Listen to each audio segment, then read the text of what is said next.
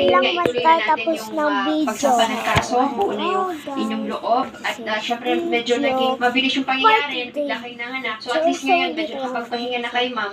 Ready na tayo na sumalang sa pagpapa-psychological examination para ito ay magamit natin pag kayo po ay magsampa ng kaso. Tatlo, nila Ma'am Dixie at Ma'am Ako Joyce. kasi Okay? binastar. And then, ma'am, magbibigay na rin po muna si Senator ng Luna papacket Star. money, 3,000, ma'am, kung ano pong kailangan ni baby, panggamot, or emergency, just Okay in lang case, naman ma'am. kahit Kung ano pa man po, mapili ko, di ba naman basta po ito ang huling maganda. pagkita natin, tutulong po si Senator Ay, para kay baby. Ito, wow!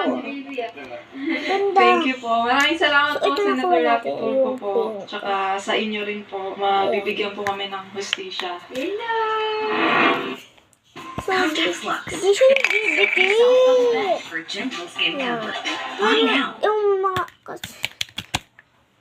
bakit kasi pag sinik ko para siyang tubig. Tapos binuksan ko na. Ay, tubig talaga siya.